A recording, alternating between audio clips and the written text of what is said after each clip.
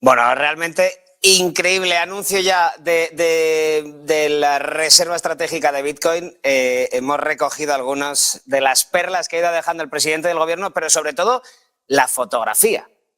El secretario, perdón, del Tesoro de Estados Unidos, el zar cripto al otro lado. Y además, los pesos más pesados del ecosistema. Estamos viendo a Michael Saylor de MicroStrategy, a Brian Armstrong de Coinbase, entre otros muchos. Todos ahí, posicionados en esa fotografía, al lado del presidente, con este espaldarazo que está dando Donald Trump en este momento al ecosistema cripto. Imagen, la verdad que, por lo menos para el ecosistema cripto, podríamos que decir histórica. Pues en la última hora, un 2,5 se ha dejado Bitcoin, 85.744 dólares. Tal vez un precio de entrada maravilloso para muchísima gente que estará viendo ahora mismo este anuncio de Donald Trump. Reserva estratégica, decía, el año pasado, es verdad que lo decíamos antes, que ha cumplido con sus promesas. El año pasado prometí convertir a Estados Unidos en la capital mundial de las criptomonedas. Estamos trabajando en esta dirección, decía Trump. Ayer firmé oficialmente la orden para crear la reserva estratégica de Bitcoin. Será un Fort Knox virtual para el oro digital que se alojará en el Tesoro de Estados Unidos. No le ha gustado a muchos inversores lo que dijo en el anuncio, que es que no iba a comprar nuevos bitcoins. Ya tienen 200.000, tampoco tienen poco. 18.000 millones de dólares en bitcoin tiene Estados Unidos. Ya con eso, pues hombre, para empezar no está nada mal. Lo que sí que dijo, nos lo ha explicado antes Álvaro de María, es que no es que simplemente no vayan a comprar luego, es que no van a comprar con dinero público, con dinero del contribuyente. También interesante en el momento en el que ha criticado la anterior administración a la de Biden, diciendo, oye, ellos vendieron muchísimos miles de bitcoins sin percatarse de lo que iba a poder costar bitcoin en el futuro. Y ha recuperado una frase típica, clásica en el ecosistema, que es never sell bitcoin, nunca vendas bitcoin. Como... hablando del poder que tiene como reserva de valor. Vamos a dar paso de nuevo a nuestros invitados. Tenemos además a un nuevo invitado que es Adrián Bernabeu. Muy buenas noches. Muy buenas, gracias por invitarme. También teníamos a Álvaro de María y a Oliver Ramos. Bueno, primero, Adrián, que acabas de llegar.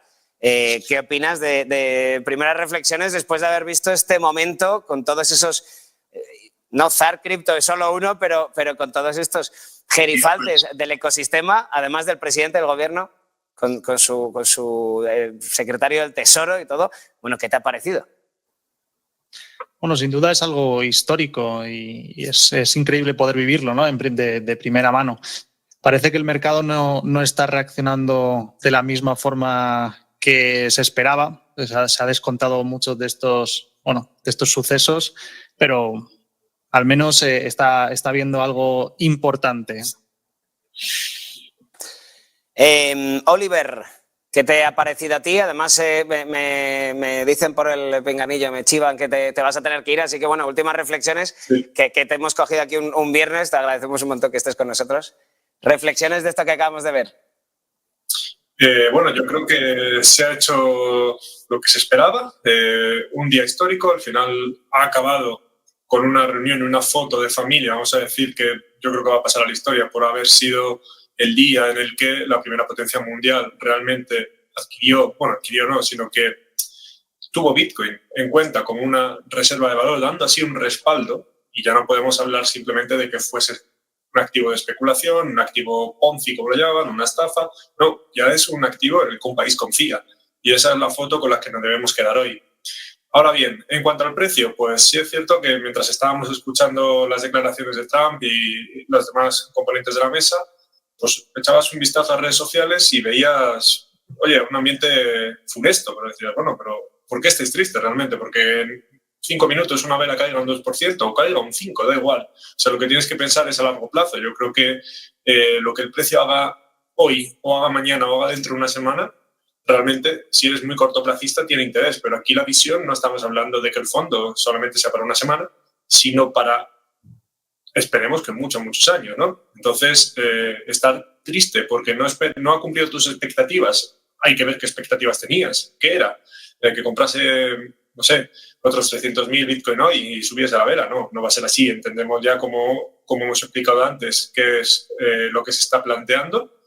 La idea me parece bastante oportuna, por lo que también he explicado, que no se está cogiendo dinero simplemente del contribuyente y comprando Bitcoin. Y de cara a lo demás, hay que quedarse con lo importante, que es que se ha dado un paso de gigante en la adopción de Bitcoin a nivel, ya no hablamos de usuario o de empresa, sino a nivel de estados. ¿Y quién la ha dado? No la ha dado el estado número 100 en la lista, lo ha dado el estado número 1 en la lista, que es Estados Unidos. Entonces, bueno, yo creo que este es el resumen con el que nos tenemos que quedar. Y el precio, bueno, al final el precio sí que representa un valor en dólares, pero no sabemos cuánto va a representar dentro de 10 años, dentro de 15 años, si esto sigue así, si todos los países quieren comprar Bitcoin, porque no todos tienen Bitcoin incautado, no tienen 200.000 Bitcoin incautados. Hay muchos que lo van a necesitar comprar y otros, como Alemania, que lo van a tener que seguramente comprar más caro porque lo vendieron deshaciéndose de él demasiado rápido, yo creo. Oliver, te agradecemos de nuevo que nos hayas acompañado hoy. Muchísimas gracias, Oliver Ramos o Ramos Bets. Te despedimos ya. Ahora seguimos contigo, Álvaro, pero antes tengo una noticia de última hora que también es relativa al ecosistema cripto. Ojo, el exchange Kraken ha anunciado una IPO, una oferta inicial de venta, para salir a bolsa en 2026. Kraken sale a bolsa. El exchange cripto anuncia una IPO para 2026. Se está preparando para salir a bolsa en medio de un clima regulatorio mucho más amigable en Estados Unidos. Lo acabamos de ver con el anuncio de la reserva estratégica de Bitcoin en Estados Unidos, y todo esto con la presidencia de Donald Trump. Conocida oficialmente como Payward, Kraken pretende salir a bolsa, ojo, en el primer trimestre del 2026. Lo acaba de publicar Bloomberg. Los planes podrían cambiar antes de esa fecha, según algunas de estas personas, pero lo que estamos viendo es una implementación en este momento brutal en el ecosistema cripto. Y sobre todo, bueno, es que esa fotografía, estábamos viendo a los principales empresarios del sector cripto. Michael Saylor, el CEO de MicroStrategy, empresa de software cuya estrategia de tesorería es amasar Bitcoin, y eso ha disparado completamente sus acciones. También estaba ahí Brian Armstrong, también estaba el zar cripto. También va a estar por ahí, por cierto, el CEO de Kraken, el que acabamos de anunciar que sale a bolsa, Arjun Sethi. Vamos a saludar de nuevo a nuestros invitados. Les tenemos ya por ahí. Sí, efectivamente. Y además Adrián Fernández, que acaba de llegar con nosotros de Mi Primera Cripto. Muchísimas gracias. Bueno, Adrián, que acabas de llegar, ¿qué te ha parecido este anuncio de la reserva estratégica y sobre todo la fotografía con todos los empresarios cripto alrededor? ¿Qué te ha parecido? Bueno, yo creo que ha sido un poco puesta en escena, ¿no? O sea, la noticia como tal la tuvimos ayer con la orden ejecutiva y hoy era un poco, pues, hacer la fotografía y formalizarlo todo un poco. Pero justo he entrado y he escuchado a Oliver comentando el tema de las expectativas de cada uno y efectivamente es que en el corto plazo pues todo se mide ahora mismo en las expectativas que tuviese cada inversor de qué era lo que iba a suceder, pero los que llevamos ya bastante tiempo y los que miramos un poco más a largo plazo, y pues justo está aquí Álvaro que tiene ese libro de la filosofía de Bitcoin, que hablamos ya de algo más profundo, ¿no? Pues que en el día de hoy tengamos al presidente de Estados Unidos, de la mayor potencia mundial, simplemente hablando de Bitcoin era algo que hace 4 años nos hubiesen llamado locos y hace 8 años ni te cuento, ¿no? Entonces, pues bueno, aquí ya queda cada uno con la impresión que quiera. El que esperase que fuesen, como ha dicho Oliver, a comprar hoy 300.000 Bitcoin más, dándole a un botón y haciendo que suba una vela, pues obviamente no se han cumplido sus expectativas, pero también tendría que revisar un poco cómo hace las expectativas de mercado esa persona. El que entienda la importancia que realmente tiene el hecho de que simplemente el estado más potente del mundo te diga que va a crear una reserva de Bitcoin, aunque sea a partir de los Bitcoins que ya tiene, que ha ido confiscando, recaudando, lo que sea, es una grandísima noticia para largo plazo y para pues todo aquel que ha ido viendo cómo se ha desarrollado el activo y cómo, digamos, se ha ido aceptando en instituciones cuando hace unos años pues no se aceptaba. Luego ya entraremos, hablando otra vez de la filosofía de Bitcoin, de cómo impacta que el poder entre dentro del juego de Bitcoin, ¿vale? Porque pues Bitcoin se creó para una cosa, pero se creó para estar un poco al margen del poder. Y si ahora el poder quiere estar del lado de Bitcoin, pues veremos un poco cómo va evolucionando todo eso, pero yo creo que eso ya es un tema más profundo que quizás Álvaro nos comente ahora algo. Pues Álvaro, ya que te están llamando. Tira el balón a su tejado. Totalmente. Nada, a ver si quieres recogerlo, Álvaro, te escuchamos. Pues sí, fantástico. Yo al final, pues es lo que comentaba, ¿no? Al final Bitcoin es un activo que preserva mejor el valor que el resto de activos, ¿no? Es un activo que está diseñado específicamente para eso, ¿no? Pues tiene mucho sentido que los estados lo atesoren porque les va a dar mayor poder adquisitivo, mayor poder de compra en el futuro, ¿no? Además que tiene una relevancia muy significativa, ¿no? Yo cuando lo solía comparar con la pólvora me refería a este tipo de cosas, ¿no? Nosotros también decimos que Bitcoin es para los enemigos, ¿no? Entonces, en ese sentido, los gobiernos también lo van a poder utilizar, por supuesto que sí. Pero si es un vehículo de ahorro mejor, superior, pues tiene todo el sentido del mundo que los estados entren aquí, ¿no? Y no solo los estados, ¿no? Sino muchísimos agentes económicos. Como decía, si uno adopta primero la pólvora, pues va a tener ventaja frente al vecino que no la adopta, le va a poder conquistar. En este caso lo que va a poder hacer es, si se revaloriza más, si tienen mayores activos y ganan más dinero, pues van a poder comprar las empresas de otros, van a ser capaces de atraer talento, ¿no? Van a ser capaces de mejorar su economía y la vida de sus ciudadanos. Al final esto simplemente es eso, es una manera de preservar mejor la riqueza a lo largo del tiempo. Entonces, ahí tenemos una ventaja gigantesca, inmensa, ¿no? En ser los primeros en adoptarlo y que lo haya hecho la mayor potencia del mundo, pues va a abrir todavía más la brecha con los demás, ¿no? Mientras en Estados Unidos están con Bitcoin, en Europa estamos con el euro digital. Efectivamente, estamos con eso. Me ha parecido interesante el melón que ha abierto Adrián, es que además una de las preguntas que tenía preparadas iba un poco por ahí. ¿En qué se convertirá en este caso el inversor retail, el inversor pequeño? En el pequeño pez en un mar de ballenas. Si los estados empiezan a hacer reservas estratégicas y como todos los oyentes ya saben, el número de Bitcoin es finito o va a serlo, ¿en qué se va a convertir el pequeño inversor? Adrián, Bernabéu, eres el último en haber hablado. Te lanzo a ti esta pregunta. Dentro de un futuro próximo, con estados, con reservas estratégicas, con grandes fondos de inversión, con grandes empresas que van a estar comprando Bitcoin y siendo Bitcoin un activo finito, ¿en qué se va a convertir el pequeño inversor? Esto no es nuevo, no es algo que de repente suceda solo con Bitcoin, ¿no? O solo con los activos digitales. En este caso, Bitcoin es el último que ha llegado a esta posición, pero así pasa con todos los demás activos hasta el momento. La única diferencia es que por primera vez en la historia las personas de a pie han tenido la capacidad de acceder a este activo, a este increíble activo que cambia las reglas del juego por completo a nivel histórico y que antes pues no era posible, ¿no? Que los grandes fondos o que las grandes instituciones o que los entes de poder accedieran después a un activo tan poderoso, ¿no? Entonces hemos tenido la oportunidad hasta, bueno, podríamos decir el 11 de enero de 2024 que se iniciaron estos ETFs y ahora ya pues los países, ¿no? Entonces simplemente se iguala el juego con los demás activos en los que, bueno, en este caso sí que es más limitado que el resto, pero no cambia el hecho de que cualquier institución pueda entrar o pueda adquirir parte del pastel. Lo bueno para algunos, para aquellos que tomaron la decisión antes de que esto sucediera, es que ya tenían parte de ese pastel, algo que, por cierto, no le pueden diluir de ninguna forma y eso pues probablemente también cambie la situación de muchas personas, las clases sociales para muchos otros y sí me gusta también el matiz que han hecho en la separación de Bitcoin con lo que llaman activos digitales, ¿no? Han hecho pues la creación de una reserva estratégica de Bitcoin y almacén, ¿no? O stock de activos digitales y me gusta que lo hayan matizado de esa manera. Bueno, Álvaro, y ahora vamos a dar paso a nuestro siguiente invitado, pero Álvaro, te escucho sobre esta cuestión que además, siendo un filósofo del Bitcoin, me parece muy interesante.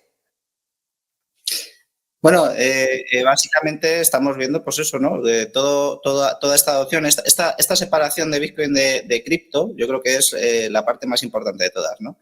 Porque durante muchísimo tiempo hemos estado escuchando que se hacía una bolsa donde se metía cripto y ahí iba todo, iba Bitcoin, iban otro tipo de activos, ¿no?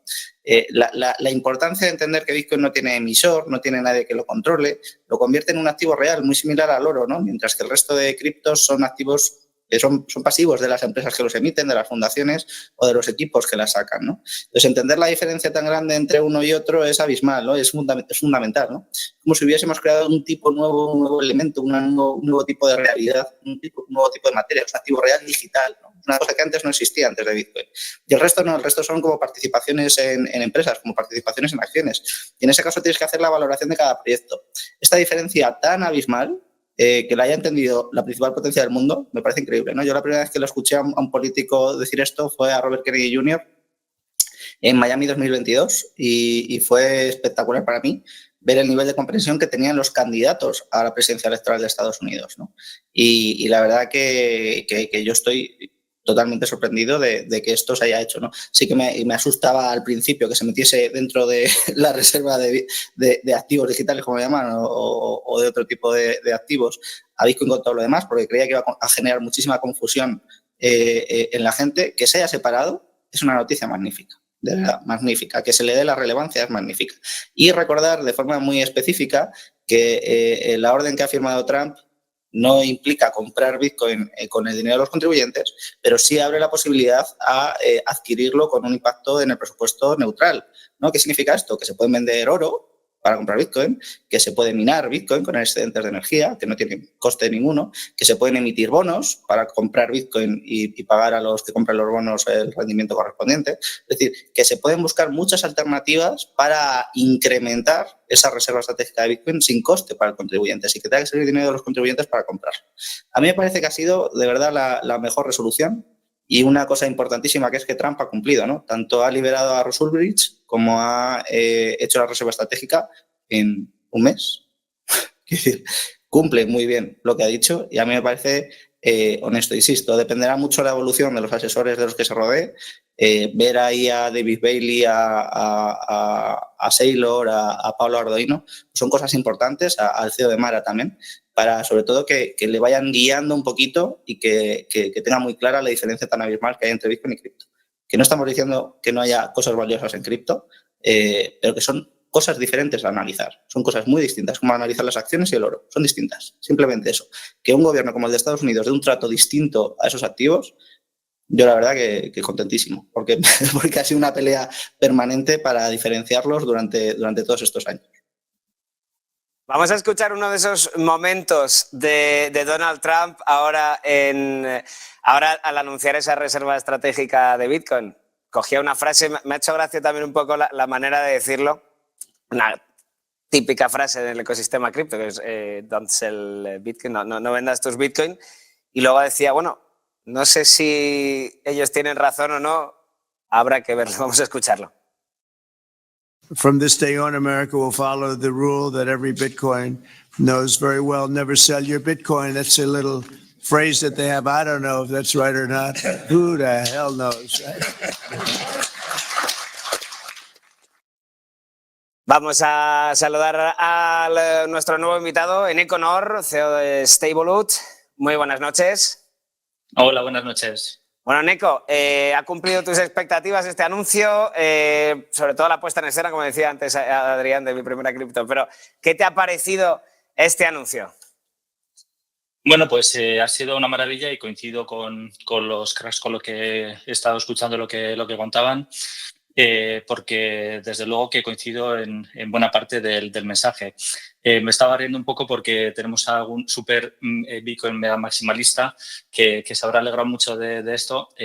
Yo no soy tan maximalista, pues como es Álvaro, pero estoy muy contento también con lo dicho, porque desde luego a mí no me gustó nada que se anunciara que se metía en la reserva No voy a decir unas castañas, pero pues yo también soy de que si hay una reserva tiene que ser Bitcoin. Y eso que no soy tan maximalista como Álvaro o otros que hay por ahí. Entonces, sobre todo lo que veo es lo que estábamos comentando. Si se hablaba de que Trump va a apoyar cripto, que se cree que es la nueva innovación mundial, que es cripto, y quiere que su país sea líder en esta innovación mundial, esto es una puesta en escena. Es el presidente, gente que está con él, los directivos de las principales empresas cripto del mundo están ahí. Y eso es una imagen gordísima. Yo, la verdad, con mucha pena estaba viendo que esta imagen es imposible en España, imposible, o sea, no el año que viene, sino nunca, porque en España los empresarios cripto somos unos apestados. Estamos al nivel de los traficantes de droga. O sea, es como si estuviéramos haciendo cosas ilegales, se nos ve fatal, la prensa habla fatal de nosotros, nadie entiende cripto. Y entonces yo lo miro con muchísima envidia. Es que es una envidia total, porque es que nosotros estamos en un país que no solo no nos aprecia o no nos invita a ningún sitio, sino que encima se nos critica y no se nos entiende, ¿no? Entonces, yo lo que veo es una envidia gordísima y me da pena ver un país, pues la primera potencia del mundo, que apoya cripto y que eso nos ayuda a nosotros a tener credibilidad y a seguir trabajando duro pues por dar legitimidad a la inversión en cripto y a la creación de startups, ecosistemas, productos sobre blockchain en el mundo. No sé si estaréis de acuerdo. Es verdad que yo, aparte de Ángel Niño, no recuerdo, así echando memoria un poco, no recuerdo a ningún político hablar de Bitcoin en ningún momento, si no es para criticarlo. Sí, Álvaro, levantes la mano. ¿Recuerdas alguno más? Hay que hacer una mención a María Muñoz, de Ciudadanos, que sí que intervino mucho y nos apoyó de forma muy considerable, que era la responsable económica de Ciudadanos. Bueno, pues por lo menos. Es verdad que Ciudadanos ahora no está ya en su mejor momento, evidentemente, pero hombre, claro, Adrián, mi primera cripto, ¿imaginas en algún momento llegar a este punto en España con el ecosistema cripto? Es que nos tenemos que reír, pero es triste, ¿eh? Sí, Para nada. De hecho, es que en línea de lo que estaba diciendo Eneco, pues te das cuenta de que Trump se ha dado cuenta de que pues los gobiernos tienen que avanzar quizás hacia un poco, no voy a decir una tecnocracia completa, pero gobiernos más tecnócratas, ¿no? Que digamos, las principales figuras alrededor de las empresas tecnológicas más fuertes del país pues tengan una voz importante dentro del gobierno.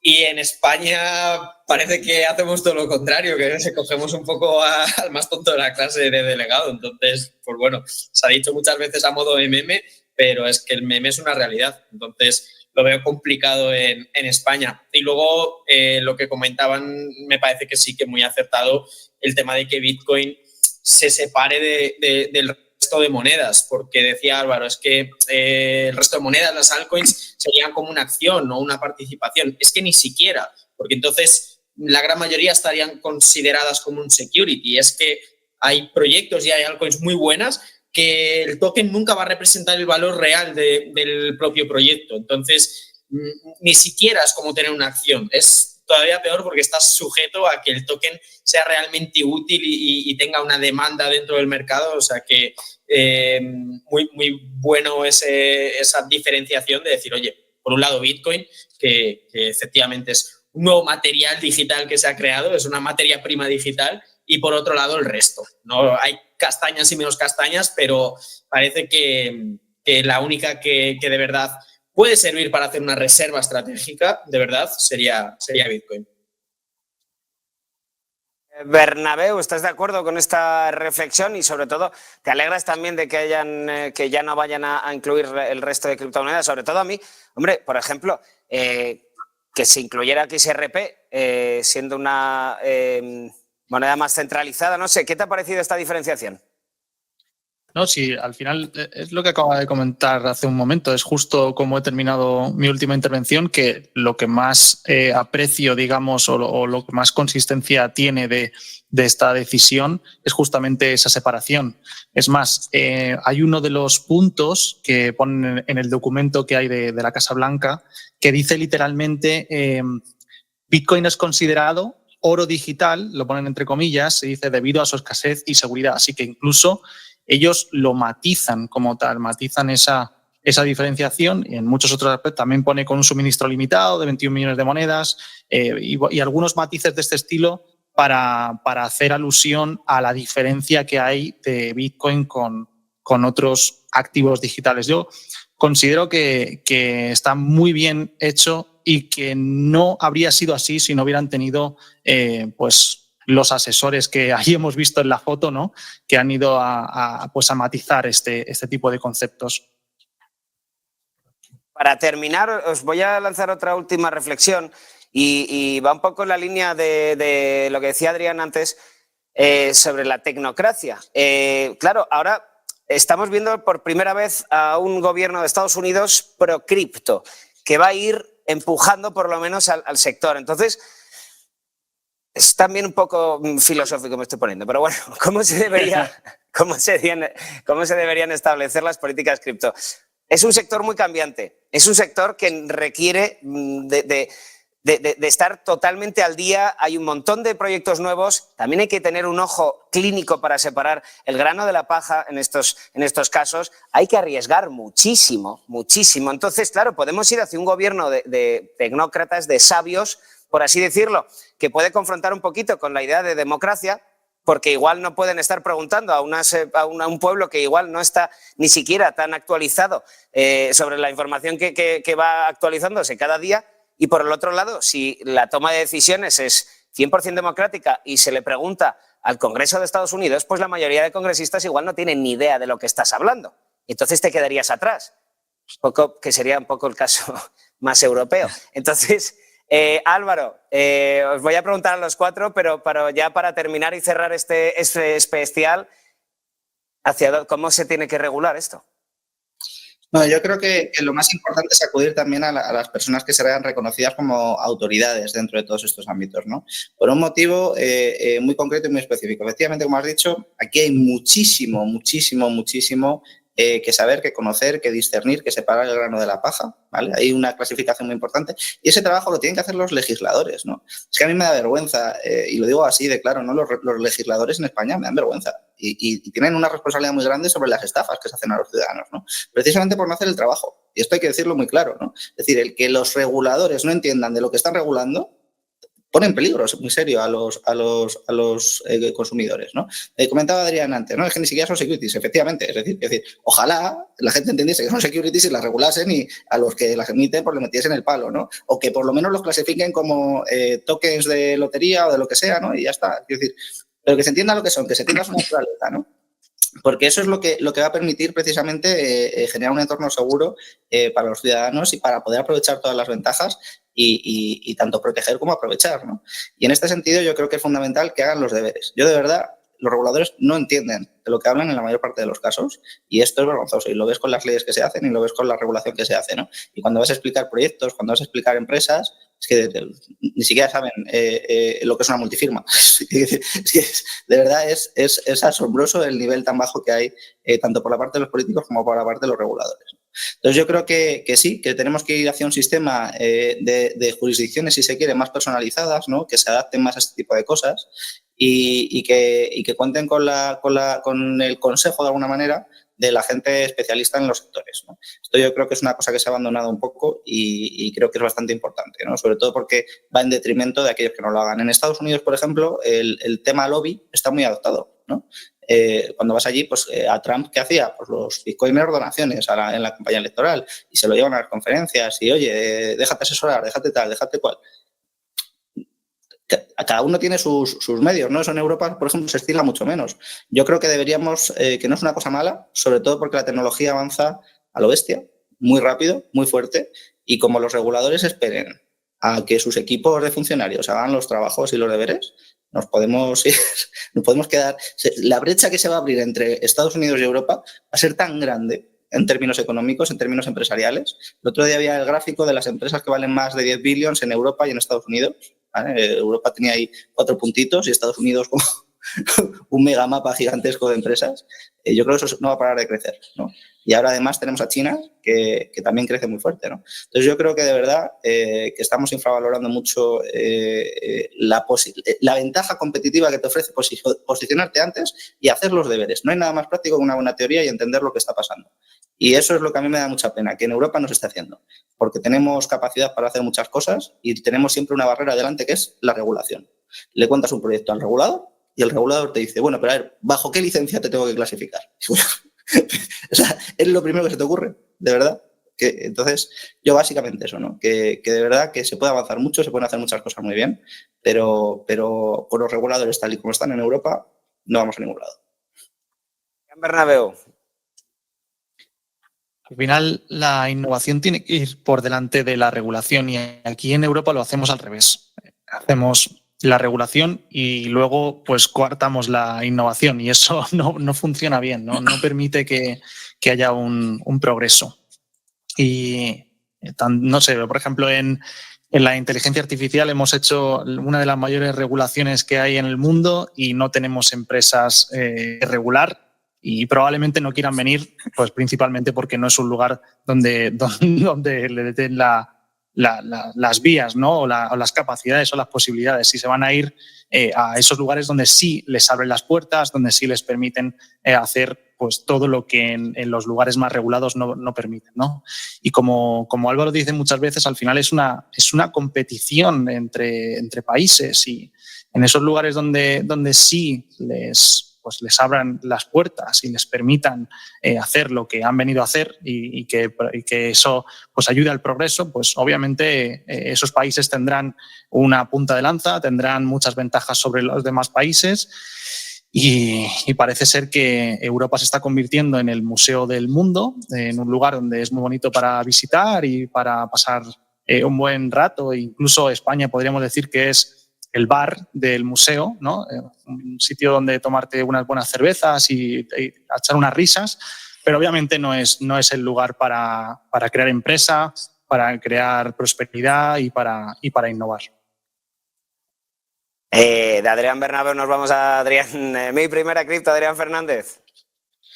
Nada, bueno, con respecto a esto que hablábamos de un gobierno más tecnócrata, pues yo creo que obviamente también hay que encontrar el punto intermedio de que el propio gobierno sea realmente una representación del pueblo y por otro lado está la parte regulatoria en la que sí que de verdad hay que utilizar pues esos expertos, esas figuras de poder dentro de cada sector que sepan regular correctamente. En Europa, como bien estamos diciendo, es que la solución a todo es empiezo por prohibirlo y luego empiezo a regular, pero mal. O sea, cuando no conocen algo, lo primero es, vale, pues lo prohíbo. O sea, inteligencia artificial, lo prohíbo, no lo puedes prohibir. Vale, pues ahora ya voy viendo qué hago. Pero la primera respuesta a todo es, lo prohíbo y luego voy viendo cómo lo apaño. Y como lo apañan no suele ser de la mano de expertos conocedores del tema, sino 4 personas puestas a dedo que dicen, bueno, yo creo que habría que hacer esto.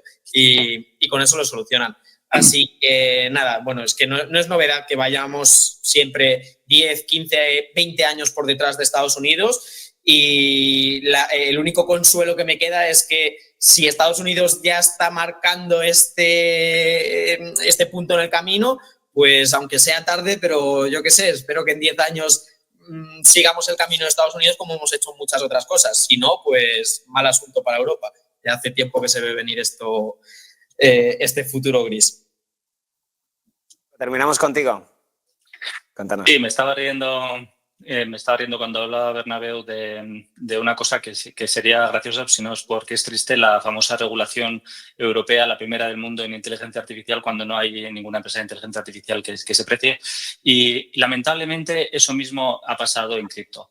La regulación MiCA, tan aplaudidísima, la primera regulación cripto del mundo, tiene algunas cosas buenas, pero en la práctica va a ser un desastre. Va a ser un desastre, ya empiezas a prohibir la mayor stablecoin del mundo. Los exchanges europeos no pueden meter la mayor stablecoin del mundo, la que más liquidez tiene, la que más pares tiene.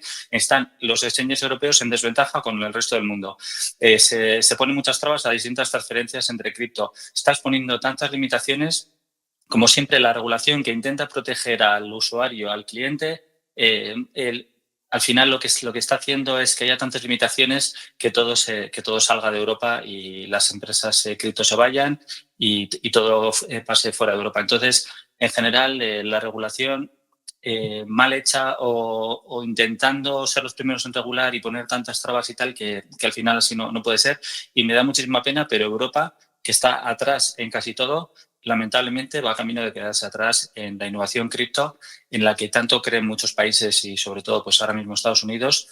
Es una pena que nos quedemos atrás y ya no solo que no se apoye, sino que se nos siga criticando y seguimos siendo los grandes incomprendidos del mundo de la innovación mundial.